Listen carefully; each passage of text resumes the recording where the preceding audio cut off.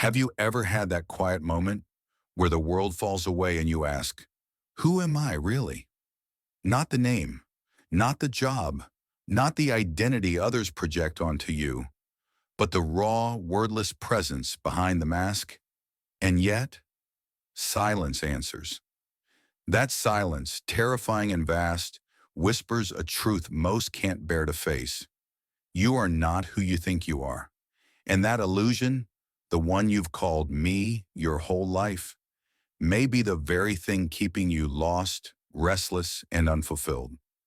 Since childhood, you were taught to become someone, to succeed, impress, achieve, conform.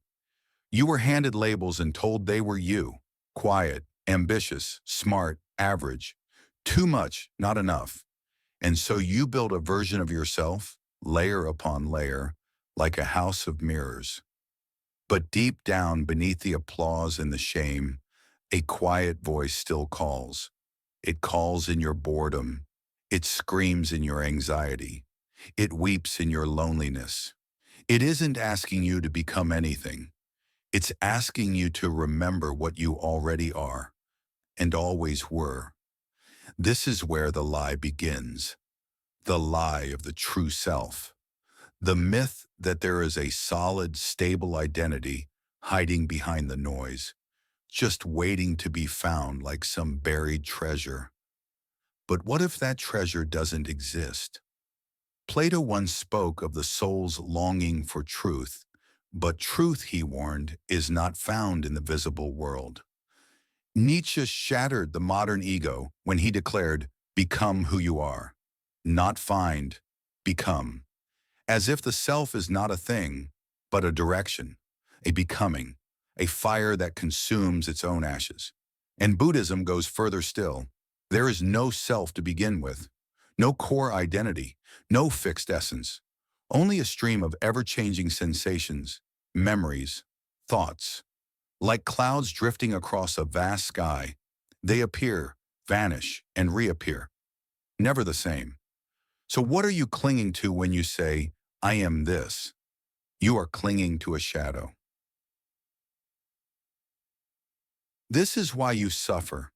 You suffer not because of what life brings, but because of your need for life to confirm your identity. You want the world to reflect your image back to you. You want your partner to validate your worth. You want your job to prove your success. You want your story to make you special. And yet none of it lasts. The partner leaves. The job ends. The story breaks. And so you scramble to rebuild, rebrand, reinvent, chasing mirrors that keep shattering the moment you reach them. But what if you stop chasing? In Zen, there's a story of a monk who asked the master, "What is my true self?" The master said nothing. Instead, he struck the monk with his stick. Confused and angry, the monk asked again. And the master said, "The one who felt pain, that is not you." "What then is me?" the monk cried.